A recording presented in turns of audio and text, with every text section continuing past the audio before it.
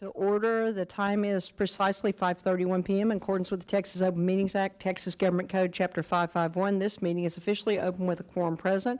At this time, I'll turn it over to you, Dr. Ramsey, for the STAR Accountability Update.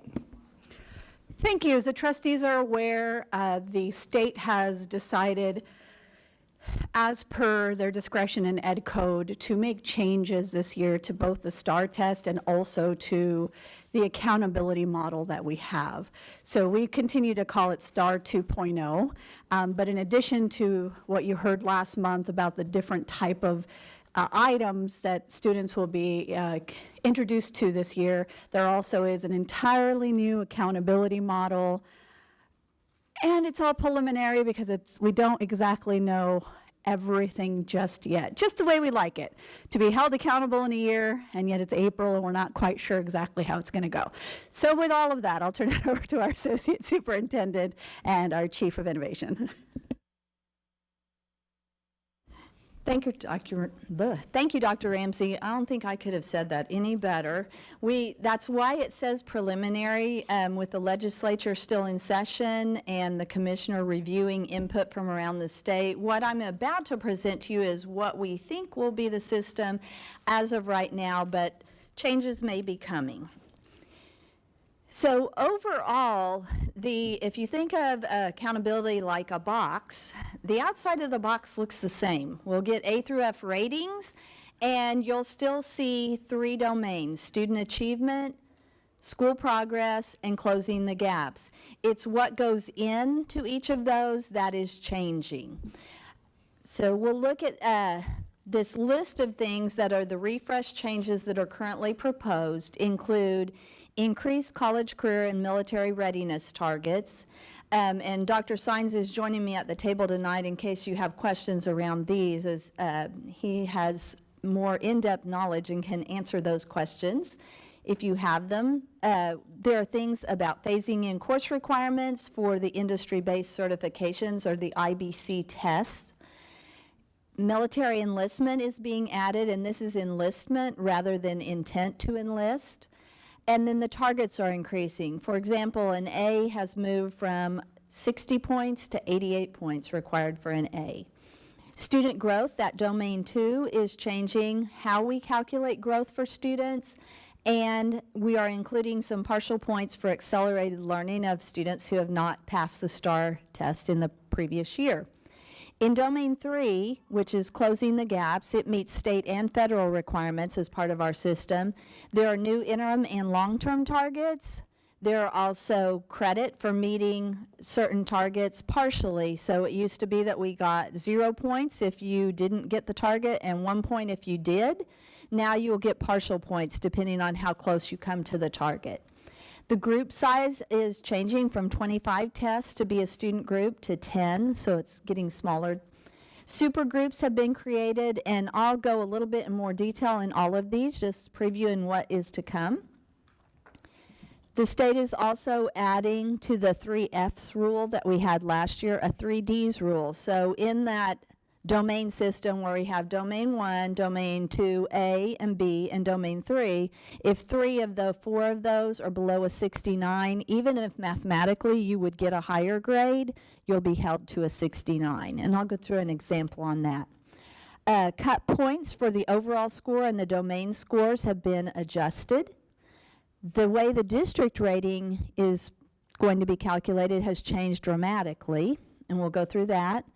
And then, as Dr. Ramsey mentioned, we've talked before about the changes in the STAR test itself, the test that children will be taking in our district and across the state starting next week. Changes in the TELPAS included writing being tested online for the first time for our emergent bilingual students. And the reading, listening, and speaking have already been online, but that's a change this year as well. So lots of changes, as you see, 2 pages that I just went over, and we'll go into each one a little bit more. Let's start with domain 1, student achievement. Overall, what schools are held accountable on has not changed here. It's just how it's calculated and what the targets are. So 100% of domain 1 for elementary and middle schools is based on their STAR scores. At high school, It's based 40% on STAR scores, 40% on college, career, and military readiness, and 20% on graduation rates. In those components for student achievement, the STAR component, the cuts are unchanged. The main change in Domain 1 for STAR is in the test itself. Again, online only, at least 25% of the items are going to be new non-multiple choice types. And then the reading language arts test for 3 through 8 has been redesigned so that there is a written composition portion embedded in the reading test. The CCMR component, again, has increased the targets significantly. B increased from a 48 to a 78 needed to score a B in CCMR. They're also phasing in some programs of study requirements along with the industry-based certification.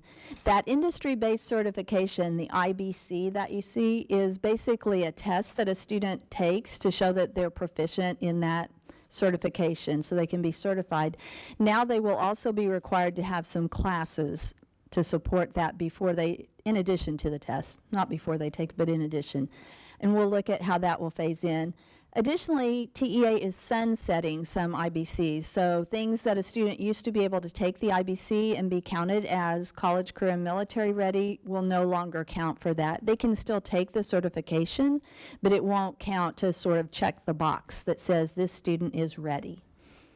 We also will begin using the Armed Forces and Texas National Guard enlistment, beginning actually this spring with the graduates of 2023. Who present a signed DD, Department of Defense Form 4, with their signature and their recruiter's signature saying, yes, I am going into the military and I have actually enlisted. And then graduation component, those targets are increasing by 2 points. So STAR, I know the board is already aware of this, but I included it just in case. We have passing at 3 levels. We have students who pass at the approaches grade level, and they contribute 1 point to their campus rating in STAR. If they pass at the meets grade level, they contribute 2 points, and if they pass at that higher master's grade level, they contribute 3 points. This has been the case with the STAR scores all along, but just a reminder on that. This shows you how you put that all together to calculate the math. And it's just there for anyone who's interested in that. And then these are the STAR scale scores that you need to get each rating for the STAR domain, A, B, C, or D, with 60 being across the board and A in that STAR domain. And I will remind the board, I know that you are all probably aware of this, but the state set that at 60 based on the state's 60 by 30 plan. And their 60 by 30 plan is to create a workforce or talent strong Texas.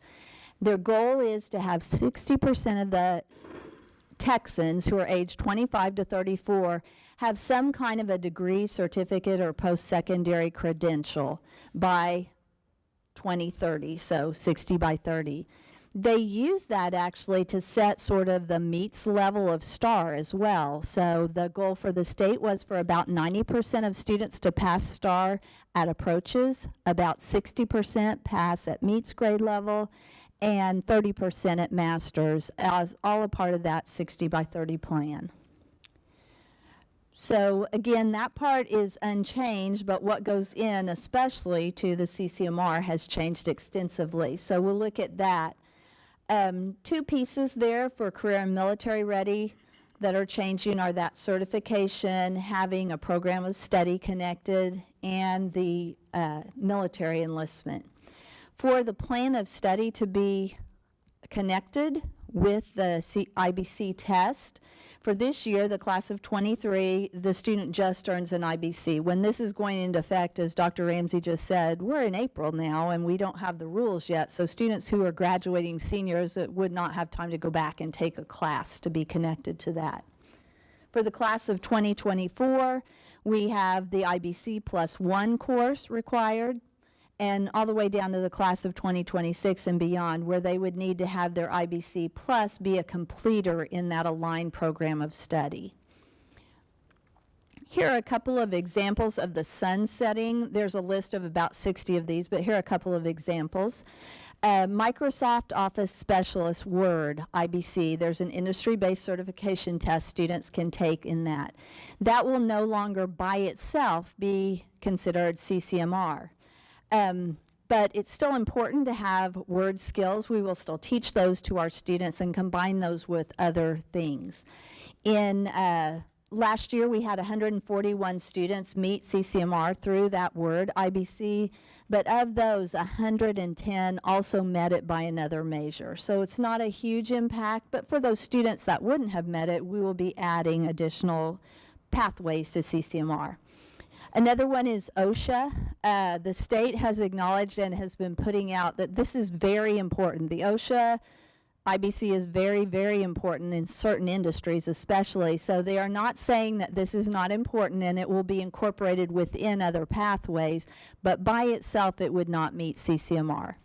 Last year we had 25 students meet CCMR through the OSHA IBCs. Of those, 16 met it in another way as well. So we'll be looking at those that are just right there in the gap and making sure that they have other pathways.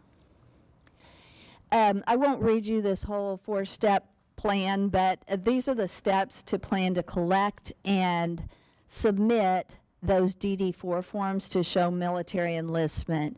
And I know the board is aware that we conduct a senior exit survey, and so when seniors indicate that they plan to go in the military, those are definitely kids that the counselors will follow up with.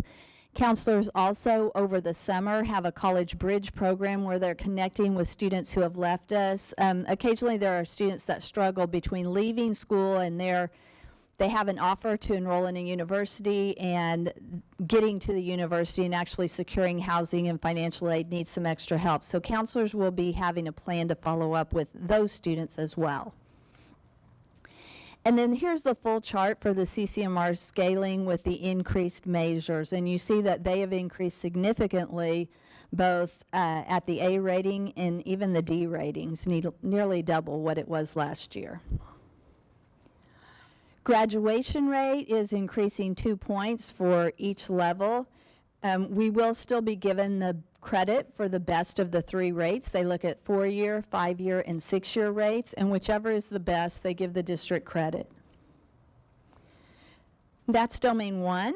Domain 2 is our school progress domain. It has the 2 parts. Part A is academic growth, and it looks at student performance on STAR. Part 2 is relative performance, and that compares actually performance against the economic disadvantage percentage of a campus. So for academic growth, Part A, this district and schools were rated last year based on how a student moved in scale score. So every student falls into a category, does not meet, approaches, meets, or masters, but they also have a scale score, and that scale score at low approaches is very different than at a high approaches, but they look strictly at scale score to give that progress measure for a student. We are moving to a system that will be called transition tables, and really they're looking at students passing over the hurdle of the next performance level, with a little differentiation at the low does not meet and high does not meet, low approaches and high approaches. It's a pretty big range in approaches. So for example, if a student was at the very bottom of approaches and moved up into high approaches, they would say that student has definitely grown. So a little difference there. This chart just helps you see where the student would earn a point or a half point in that movement from one level to the next on STAR, or if they maintained. Another change this year is for students who did not pass a STAR test in the prior year. If they pass in the current year, the school will get some bonus points for that, helping that child move from not passing to passing. So however many students that was, they give you basically a 1/4 of a point. There again is the math, and important to say that STAR moving to passing is really a bonus point because they don't count the child again in the denominator. So a student who moved from not passing to meets would give 1.25 points basically. The cut scores in Part A have also changed. So the old scores are on the left, the new scores are on the right. Where you see the little orange asterisk, those scores went up. The cut scores required went up. The two that are green, they went down slightly. So not only do high schools have those higher CCMR targets to meet, but every single one of the academic growth targets at high school went up. And you see they went up for A in middle school and A and B for elementary as well. And then in Part B, the relative performance, every year we update the percent economically disadvantaged for a campus based on the current enrollment of that campus. And then the changes this year are really those STAR and CCMR changes we talked about from Domain 1 that would go on the y-axis. The last domain is Domain 3, closing the gaps. This is probably the most complex domain because it is meeting some state requirements as well as our federal accountability requirements. So here are the components. These, again, the components that we're looking at have not changed, but what goes into making those components have changed. So I'm not going to read you all of those, but you will see that it is a combination of STAR performance, STAR growth, and graduation rate and CCMR. So things that we've seen in the other domains, but they're brought here and put together a little bit differently in Domain 3. And they're also looking not only at all students, but at each student group. So those are reported for all the domains, but in Domain 3, there are targets for each group that may differ from each other. So we have been working with 14 student groups in accountability for Domain 3, and you see them here. The all students group, each of the race ethnicity groups, there's 7 different race ethnicity groups, 4 high focus groups, including economically disadvantaged, emergent bilingual, current special ed students, and highly mobile students. Former special ed, so those are students that were served by special ed but have been exited by their ARD committee, as well as continuously enrolled students. This year in the new system, the proposal is to reduce that number, 14 groups, to 6 super groups and really give campuses a tighter focus.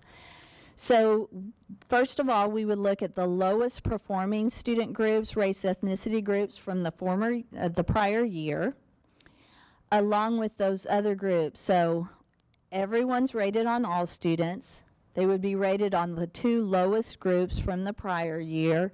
For Fort Worth, last year, that would be African American and Hispanic. They would be rated 1 time on the high focus group. So in the previous, you might be in all 4 of those groups and you'd be counted 4 times. This time the student would just be counted once. And then former special ed and continuously enrolled. And again, some of those are meeting federal requirements as well as state requirements. We will also see more groups for some schools because the number of tests has been reduced from 25 to 10. So where a school may not have had a group of students before because they didn't meet that 25 threshold, they may meet the 10. So here's a child example. Mary is Asian. She's in foster care, a 3rd year monitored emergent bilingual. She's served by special ed, and she just moved into the district. So Mary would count in the all students group, the Asian group, and the high focus group once, even though she checks a couple of boxes in the high focus group. We also, for the first time, we'll have partial points available. So if, again, I think I said this initially, in the old system, you either got 0 points for not meeting or 1 point for meeting.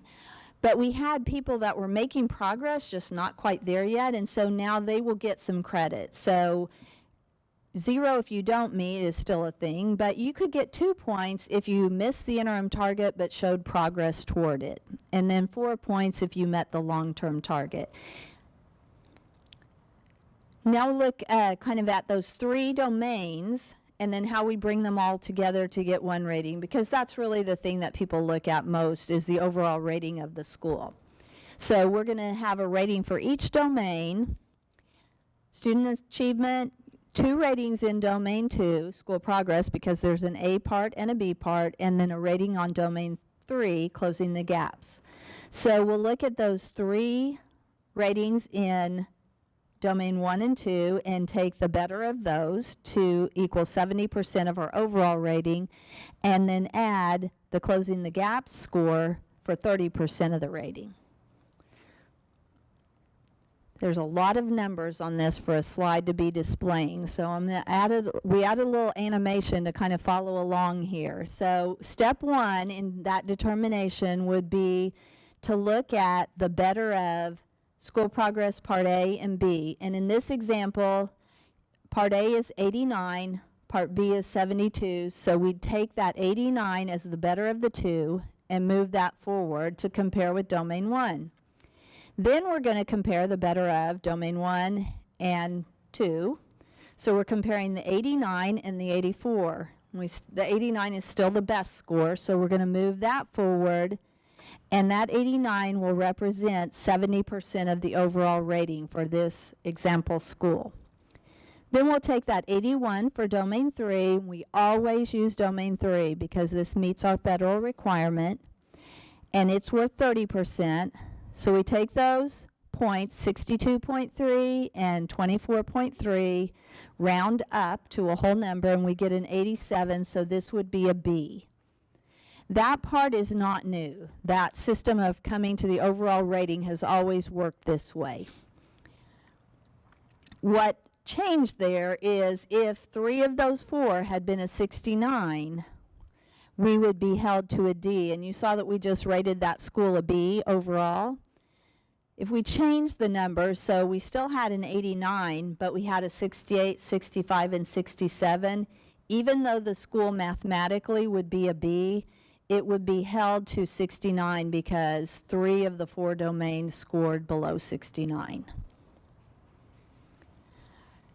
Now we come to the district rating, which is going to be different. In previous years, last year Fort Worth was rated a B, and that was based on STAR, CCMR, and graduation rate. Much like a high school, but we were rated the whole district with all students in the district that way.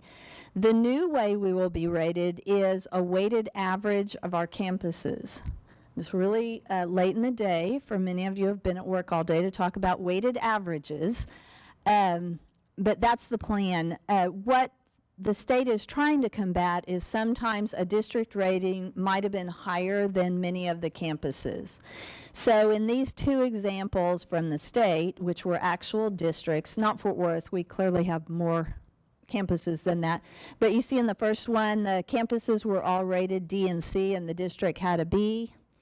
And in the second one, the campuses were C and B, but the district was an A, just the way that the math worked, putting those together. And that was a disconnect for some people. So they are moving toward the weighted average of the campuses.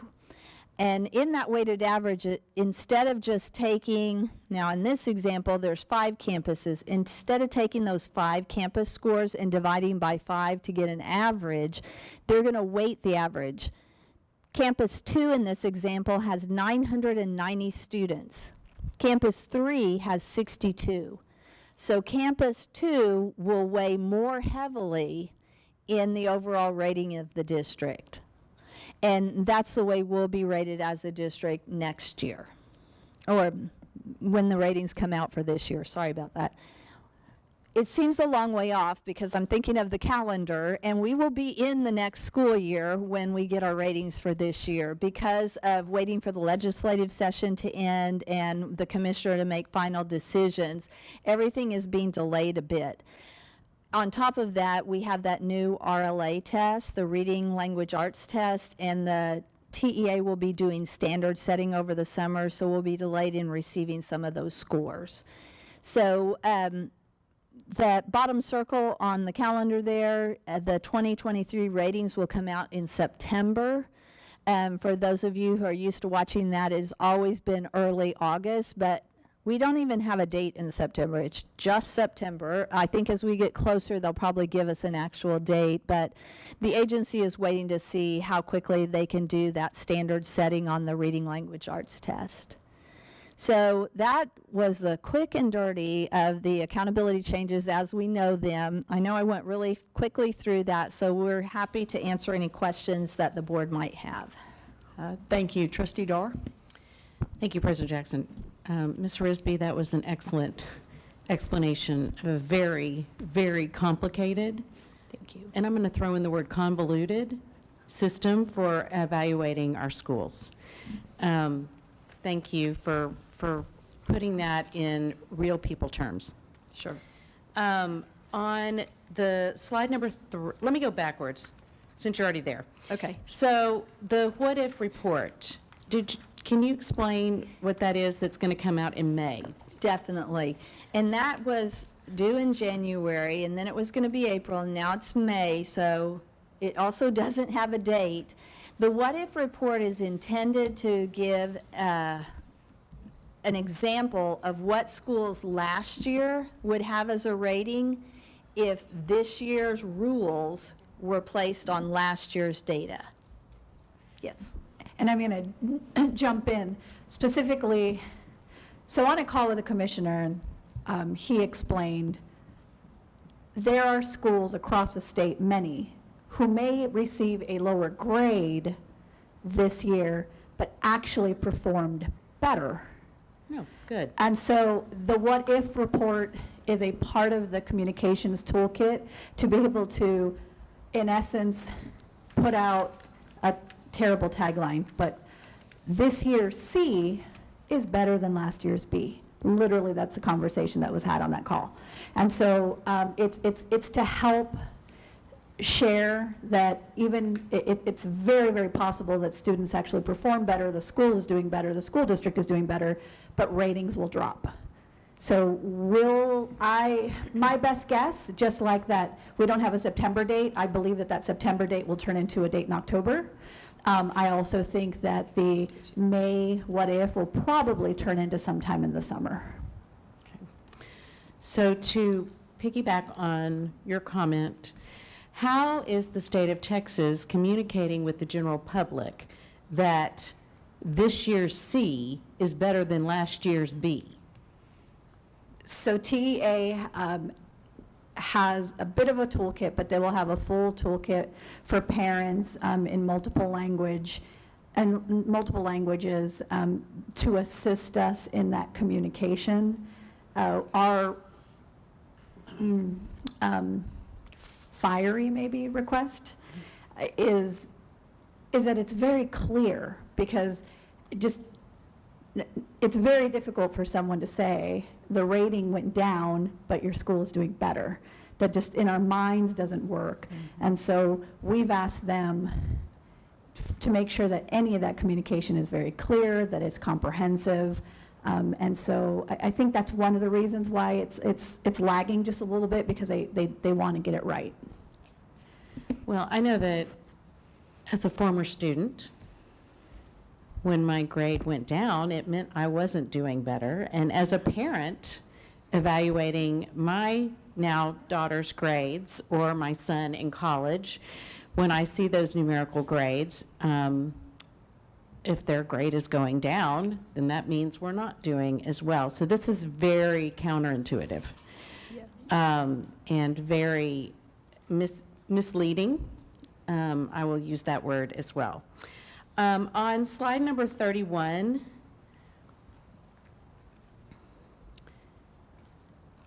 oh, got all the animations. Sorry, all the animations. It's okay. There we go. So for a 0, it says, did not meet interim target and did not show growth. Now, does that mean that the student showed no growth from last year's, or that they didn't meet the expectation? So let's say there's a 3rd grade student who was at a specific level in 3rd grade on their reading STAR test.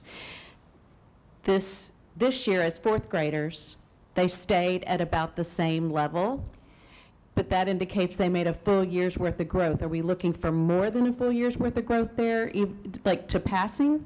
The use of the word growth here may be a little confusing because we were talking about growth of individual students and how that is accounted for in the system. This is growth of groups of students. So the aggregate of students and how they perform in relationship to the target.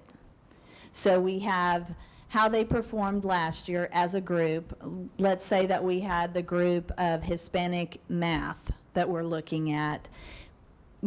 This will be used for performance, and it'll also be used for growth. So it's used across domain 3 for all those different targets that have been set for groups. So if the group of students as they performed last year did not grow toward that long-term target for the Hispanic group as an aggregate, then you would get the 0. If they made minimal growth, you'd get the 1 point. If expected growth, 2 points, met the interim target or the final target, 3 or 4 points. So this measurement is expecting more than 1 year's worth of growth. It depends on the group, but the targets are set by group, and each one has interim targets and long-term targets, which were agreed to by the agency in Texas and the feds to meet state and federal requirements. And if the board would like as a whole, or any of you individually, I'd be happy to look at you with that chart for domain 3, because it's pretty extensive and show you what the targets were and what they are now. And I can send those to you, but I'd be happy to go over them with you as well. And that may make it easier to see. Okay, I'm certain some explanation would be necessary. And then my last question on slide number 3, and you don't need to go back to that, but the target for an A for the CCMR rating has moved from a 60 to an 88. That is a 28% jump, which is more than 25% of the overall total number of points that a school can receive. Has the state given any explanation as to why there is such a drastic amount of growth that they're measuring? The state is always helping us aspire to higher levels of performance, but the only explanation that I have heard that ties to the target is that the state overall for CCMR is at 65, and they want to have us shooting past that. I think any educator would tell you, regardless of what target is given, we're never hoping to just hit that target and then say, oh good, we're done.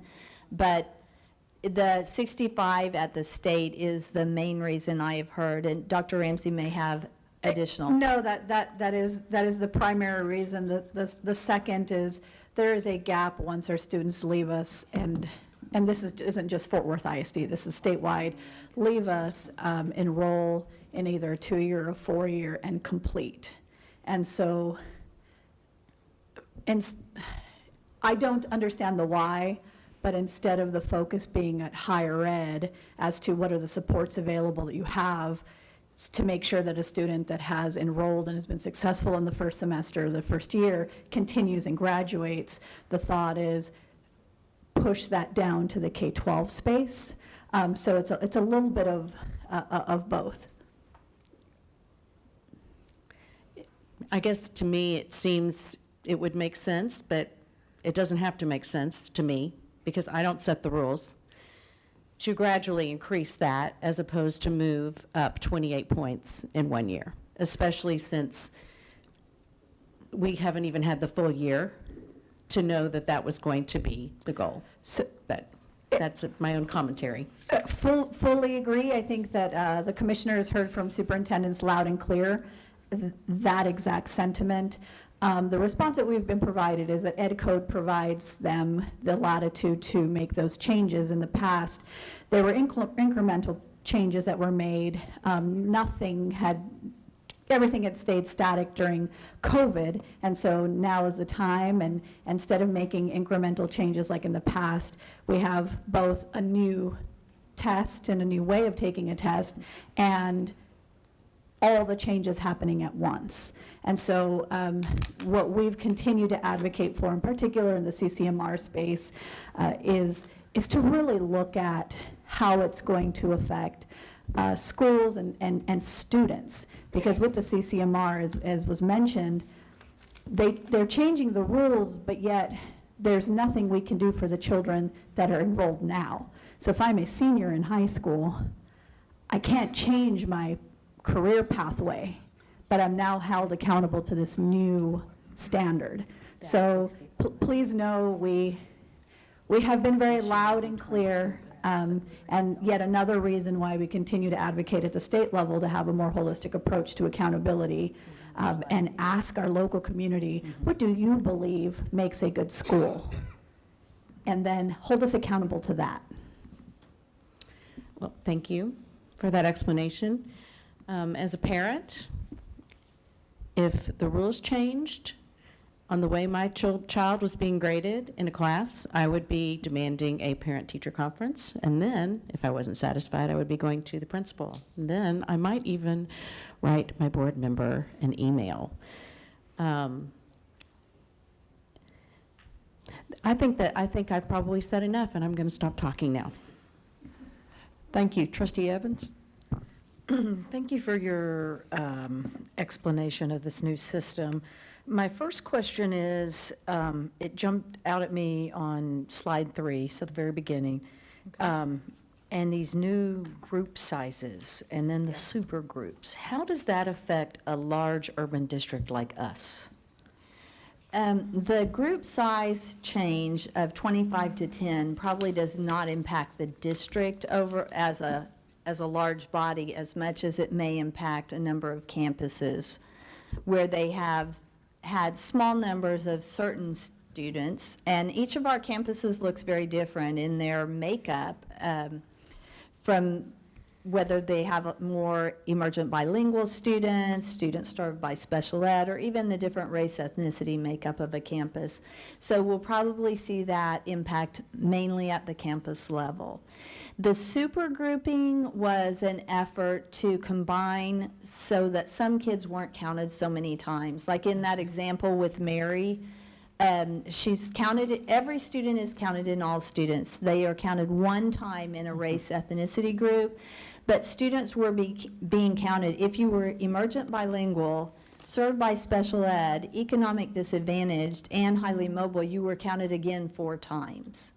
So those were collapsed into one super group or high focus group, because those are all students that we need to pay careful attention to, but it may give a misimpression if they're counted multiple times. And do you think this new lumping into super groups will help us truly track these special groups or these demographics? I think it will be helpful in the overall pulling together of the numbers, because they will still be reported in each of those groups. So we'll still know that there were X number in percent of emergent bilinguals, there were X number of students served by special ed, but we won't have them count the same student counting multiple times, which for campuses, especially smaller campuses, can be very misleading. Okay. Knowing that the telepass writing is now required online, is it timed or is it open-ended? It is not timed. Okay. Yeah. And same for all the writing, like the third graders, they're not timed on their... They have moved those tests back to being untimed tests. Okay. At one time before, we had untimed tests. Then we went to a time limit, a pretty broad time limit. And the tests are still built to be taken within 2 to 3 hours, but there are students who finish much sooner, and there are also students who need the full school day, and so they have taken away, especially students like that are also learning a language. Emergent bilingual students had to have their LPAC committee give them extra time. Now just any student has extra time if they need it.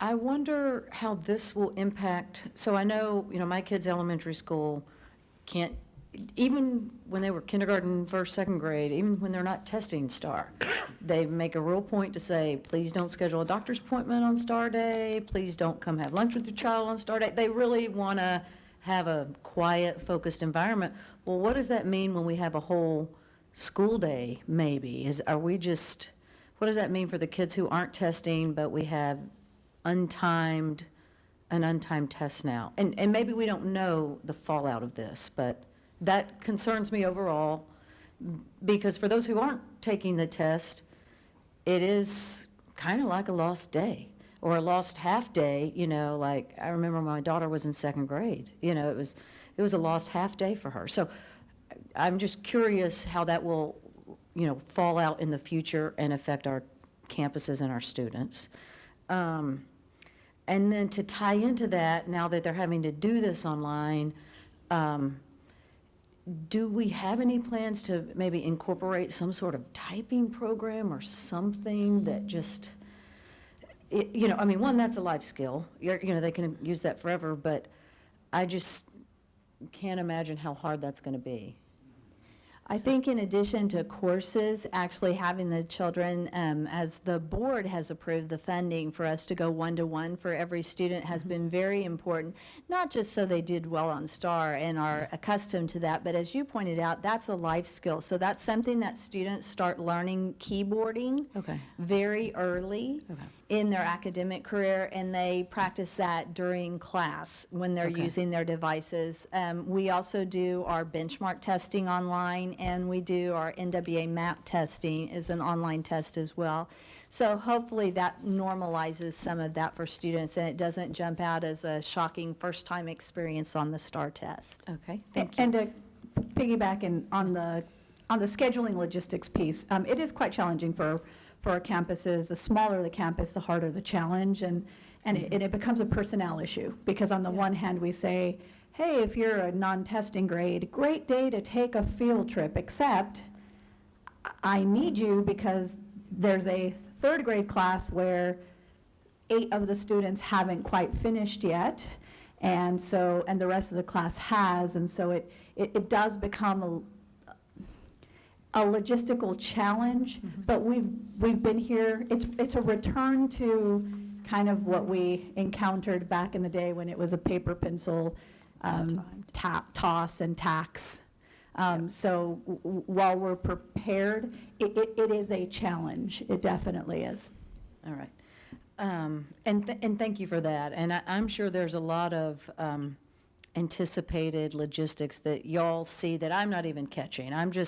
I caught that because just having seen it through the parents' eyes.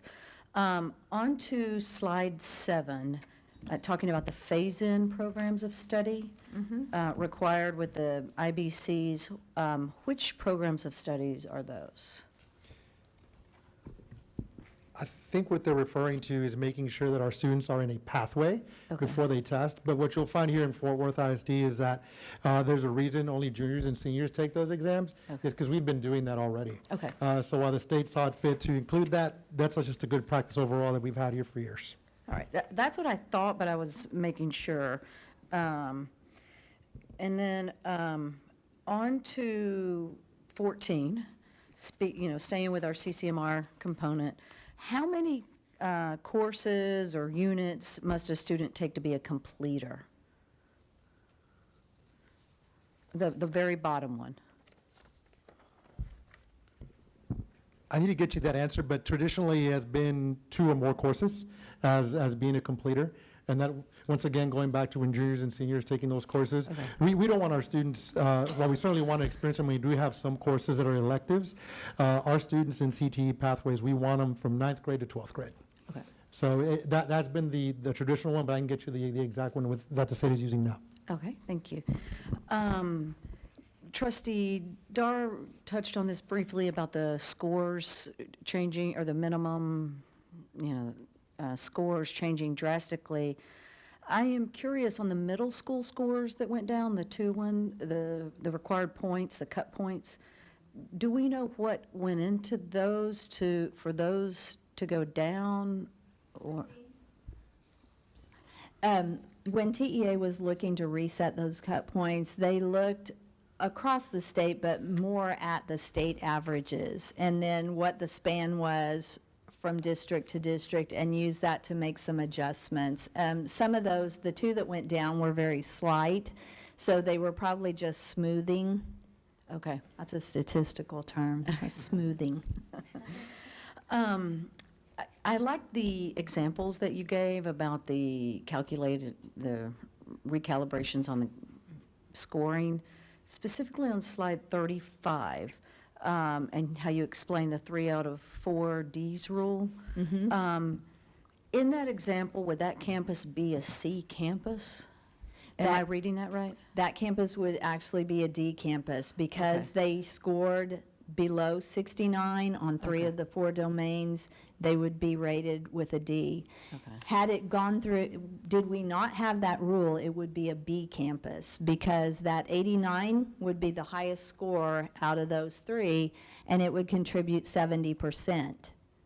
But because of that 3 out of 4 rule for D, they would lower their rating from B to a D.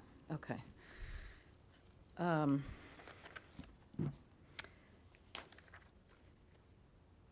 How many campuses do we anticipate having drastic shifts in ratings?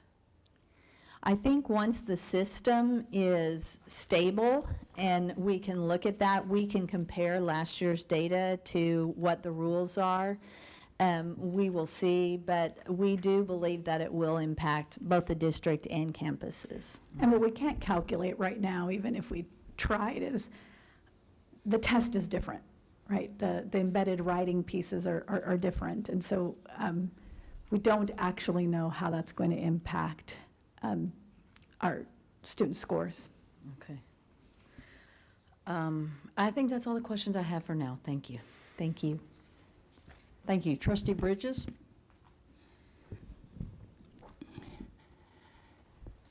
I have to say that I am totally confused. I'm being honest. It gives me a sense like the state is moving the goalposts for many of our students, and we are having challenges as it is, or getting people. I'm just going to be frank to look at forward ISD from the school perspective, and many of those parents, what they're looking at is the ratings. And I know you're a great salesperson, but that's a challenge to go out there and have to explain to parents. And I hope we have a plan on doing that. That I know we had a B, but we're really better at it. We're really a C now, but we're really better. That's going to be a very, very tough step. And I'm sorry, I don't want to belabor that, but it bothers me because one of the challenges I see, I've been living in the neighborhood 25 years, students who went to forward ISD, and now they are parents, but their kids are not going there. And a lot of that was because of a rating system or what they see. So it's just making it much more of a harder sell. And now I'm looking at some of these, I was looking at, I guess on page 10, and they're showing graduating rates. A lot of these schools are promoting, we do 100% graduation. You know, and that kind of leads to my question, help me understand this.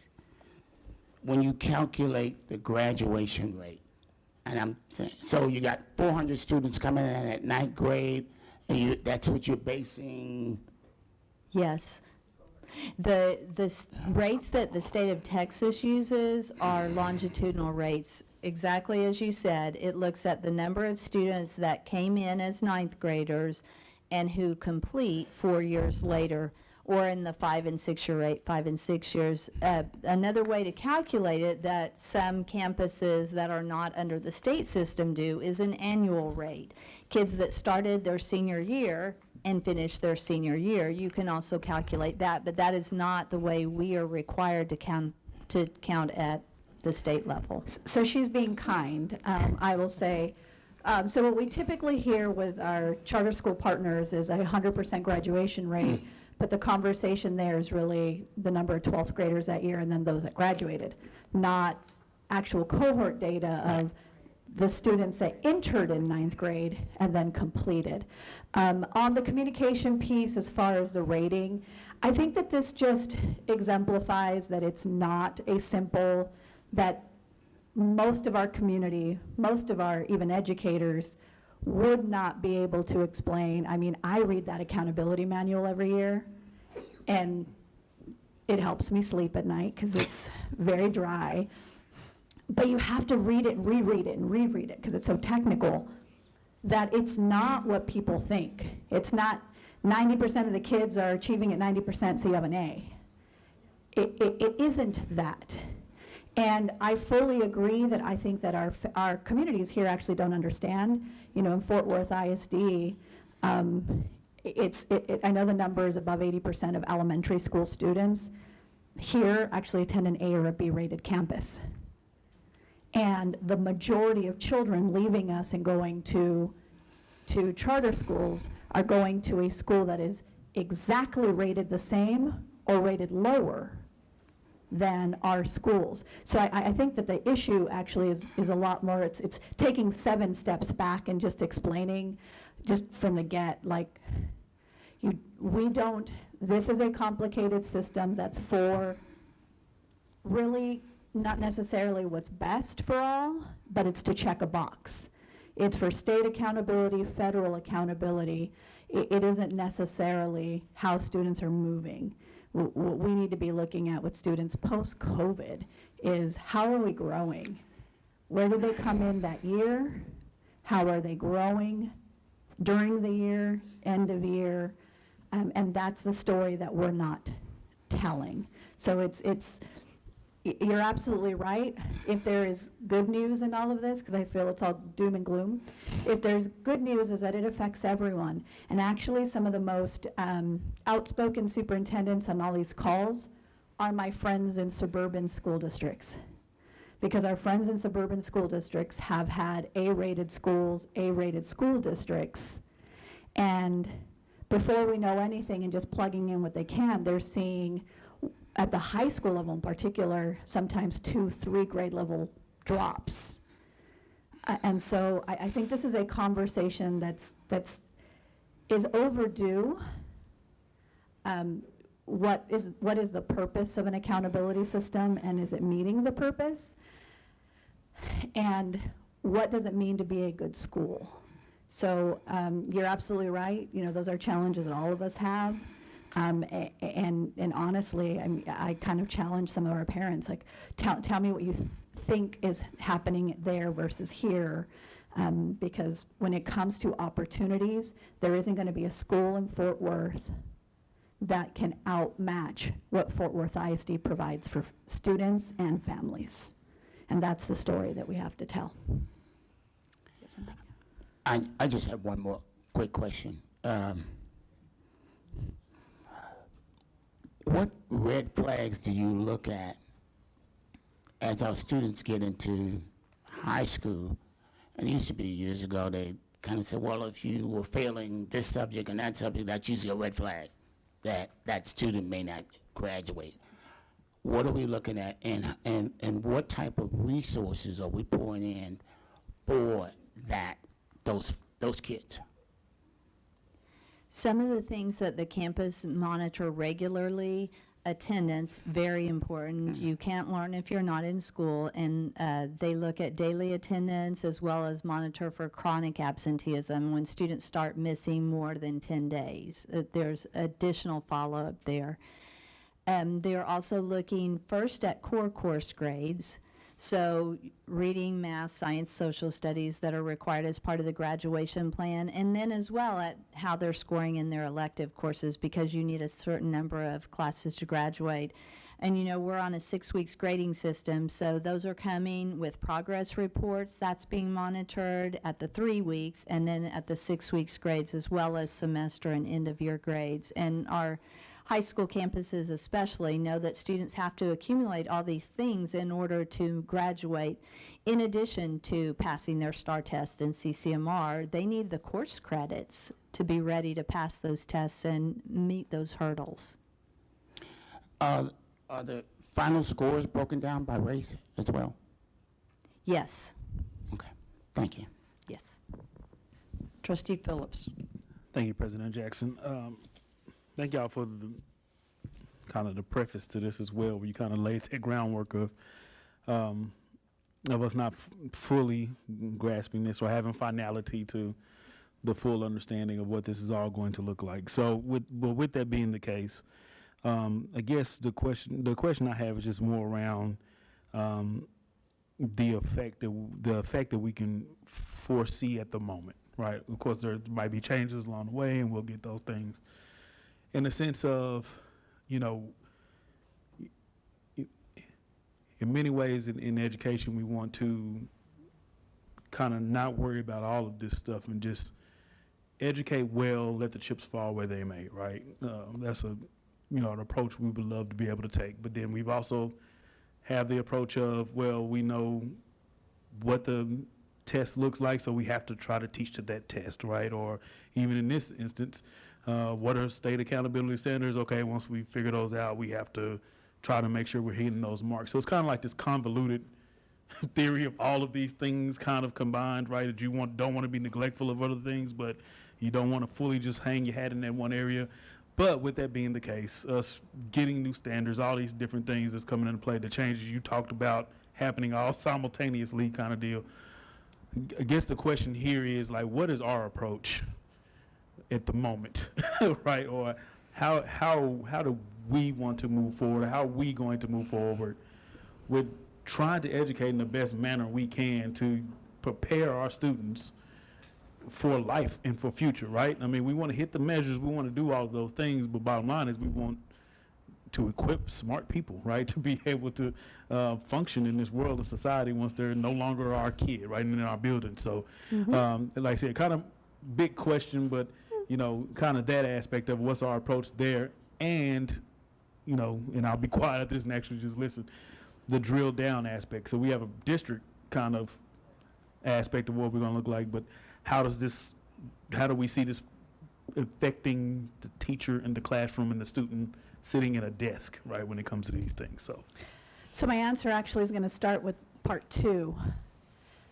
Because our state assessments, whether you're talking about TELPAS, STAR, or EOC, are aligned to our state standards, if we have effective Tier 1 instruction that happens bell to bell, where we're teaching our state standards to mastery and placing in cycles of intervention, and that intervention is both for the student and the teacher, and that's not a negative. That's where do you need to be coached? Where do you need more professional development? Likewise, a student, where do you need to be coached? Where do you need more assistance? Then the tests will take care of themselves. So that we're not worried about the compliance piece, but we're worried and creating students who can be successful post Fort Worth ISD. And so it's all one and the same. The challenge for me really isn't on the testing side. The challenge is taking care of all those other needs so that we can get to the academic. Making sure that students feel safe, welcomed, and that they belong on campus. That we take care of the mental health needs that both they and our teachers, our assistant principals, all of our sports staff have. That our children are well fed. That they have coats and shoes when they need them. That their families feel secure. That we've created systems within the school so that all of the adults are working together collaboratively, and we take things off a teacher's plate so that we can allow them to teach, to plan, to create formative assessments, and then backwards plan every 3 weeks so that they're getting to that student mastery.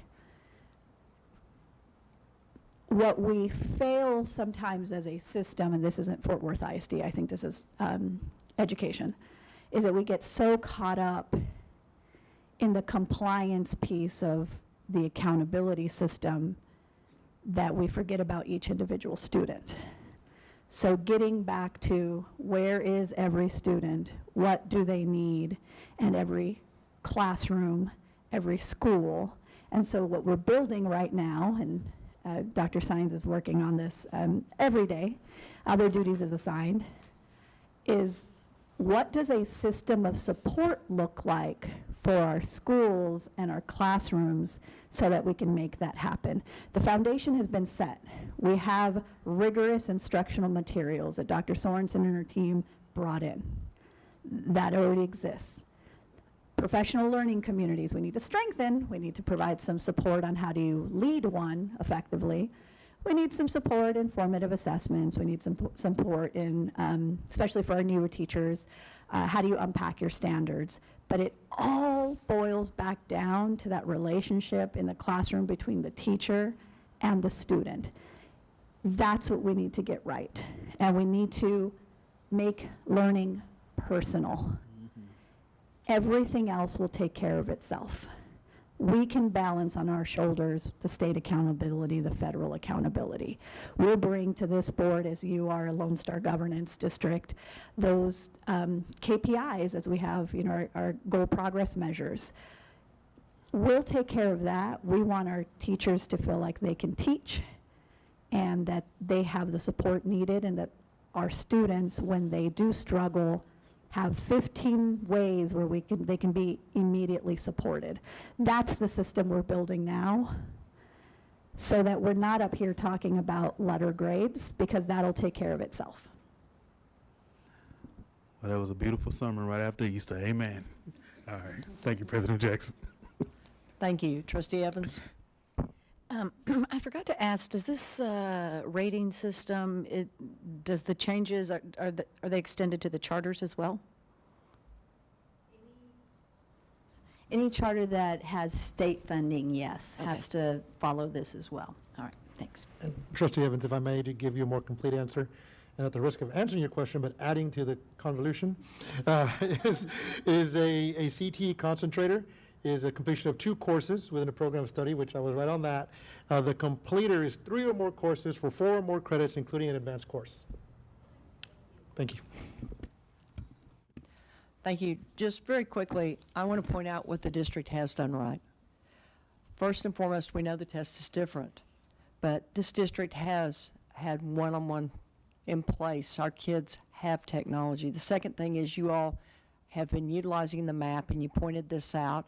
And so our kids are ahead. They're not behind with regard to converting the new test that everyone thinks is the 800,000 pounds of iron coming at us.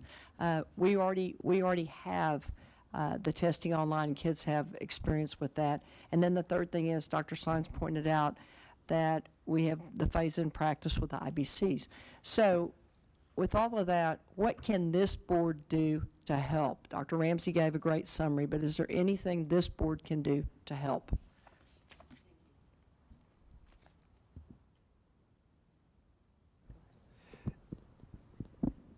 I think as we continue to focus, and I'll talk specifically to CCMR, is one, that we do have a structure in place that supports the current accountability system. And as we get better at bringing programs to our students and keeping with what's important to them in this region, and that there's valid certifications to go with it, that when those come up for budget discussions, those are considered. Because I think that is important to have our students prepared for post-secondary life. In addition to that, as we talk about, and as you have already, provided the approval of various resources for SAT, TSI, and dual credit on-ramps. There is a multitude of pathways for our students in this school district that our parents need to be aware of. And that's, like I mentioned last meeting, that is our opportunity for improvement, Trustee Bridges. And that's one comment I said before, because the opportunity is already here.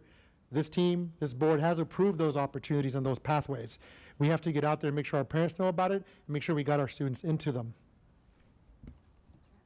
Thank you. And I heard preschool over here too, as well. Trustee Luebanos. Thank you, President Jackson. In President Jackson mentioned, we have prepared our students, but what else are we doing? Because we don't know this test we have versions of the previous test, but we don't know this new test. What are we doing right now in the classroom to prepare our students for this 800-pound gorilla? And I don't know if Dr. Sorensen can better answer. I'll try, though, first. So we have been preparing our campuses by training them on what the new test will look like, what the difference in, while the state says there isn't a difference in rigor, there is a difference in rigor. The writing component and strengthening writing, especially at those early, even pre-writing levels. And that I'm seeing in those professional learning communities, and I'm seeing in professional development opportunities. So our teachers are getting trained, and they're turning right around and providing those opportunities to students in classrooms all year. Thank you. And for those students who came short on passing the test in senior year, on their senior year, when are they going to know if they need to retake it? Or is it going to be like, I mean, I don't know if on the last slide 39, is the May 23, late May 23, will they know, or will we know in October, I mean September? The student scores will come earlier, especially for those end of course, which are graduation requirements. And then the fullness of the system will not be until October, where we will have all the information available needed to rate the campuses. So that part will be delayed. So those students will have a second chance this summer. Yes, we'll still give the retest in the summer for anyone who needs to retake one or more end of course. That'll happen in June. And those students that pass at that time can participate in the summer graduation. Thank you. Yes. Dr. Rodriguez? Yeah, Ms. Evans made me think about the charter schools. So which ones in the area receive public funding? Do y'all know? I know that I cannot name them for you, Dr. Rodriguez, as we sit here, but we could certainly provide you a list. Yeah, I think that'd be good, as President Jackson said, as we go out into the community. So if we know, like the super groups, how many students do they have in the super groups, as opposed to public schools who take every child that walks through the door? And because it's not comparing apples to oranges. So, I mean, apples to apples, or whatever. But yeah, I mean, I just like that information. And just to confirm, private schools do not take STAR at all. Private schools do not, correct. Okay. Thank And you. we'll get you that list of charters. Thank you. And just to know what they are, and the ones that do not receive public funding, that they're not held to any kind of accountability, correct? Correct. Okay, thanks. Thank you. Trustee Dar? Excuse me. Dr. Ramsey made a comment regarding, well, it just sparked something in my head, that as we move from one question type, which is multiple choice, to, I believe, now 16 question types, correct? Okay, so this kind of partners with that jump from a 60 to an 88 in CCMR. We're not gradually introducing new question types. We're just, here you go, we're just going to flood third graders with new question types. Is there a resource that we can share with the general public to help them better understand the format of the test and some of those sample questions that might be asked of their child? Yes, we Yes. can add to an upcoming weekly update so that that information is provided. Okay, I think that would be an important piece of information to share with the general public, because most people don't recognize that it's not just a multiple choice test anymore.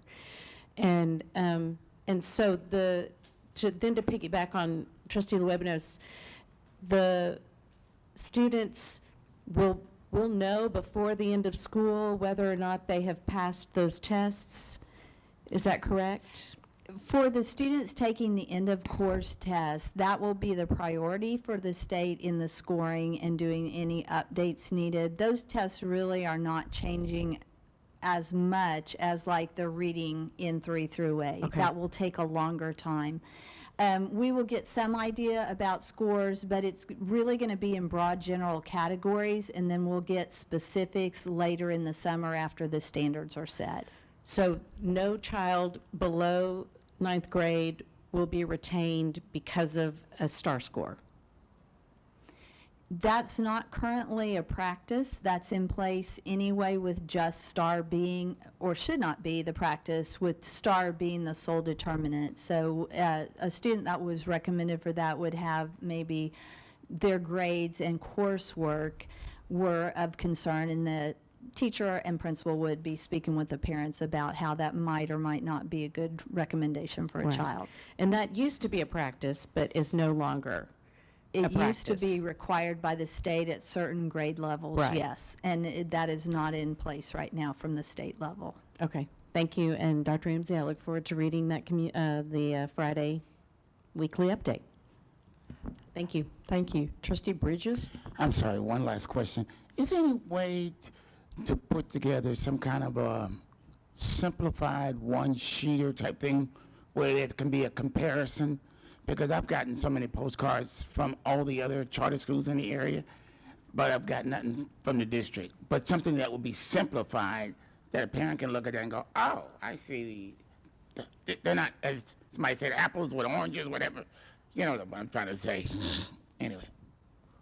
I think we'll have communications probably reach out, and we'll get a little more information on what that one pager would look like.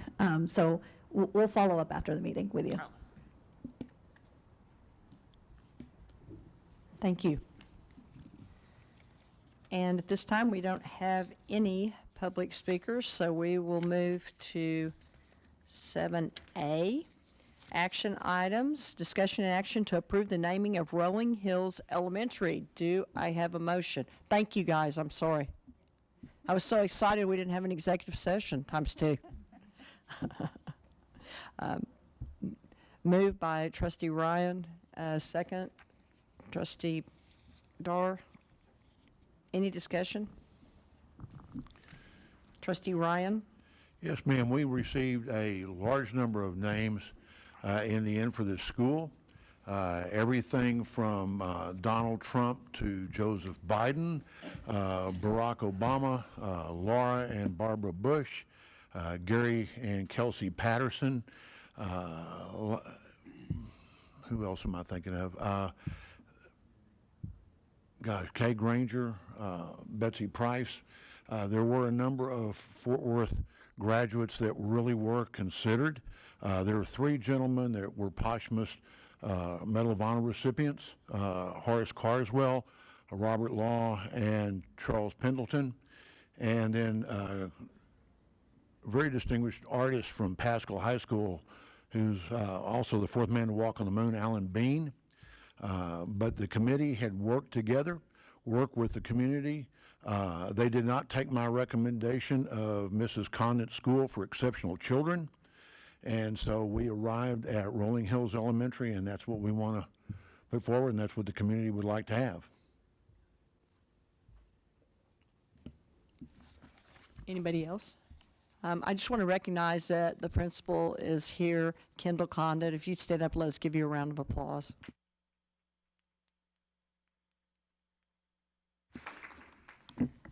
Okay, no other discussion, then we will move to voting on approving the naming of Rolling Hills Elementary. Moved by Trustee Ryan, seconded by Trustee Dar.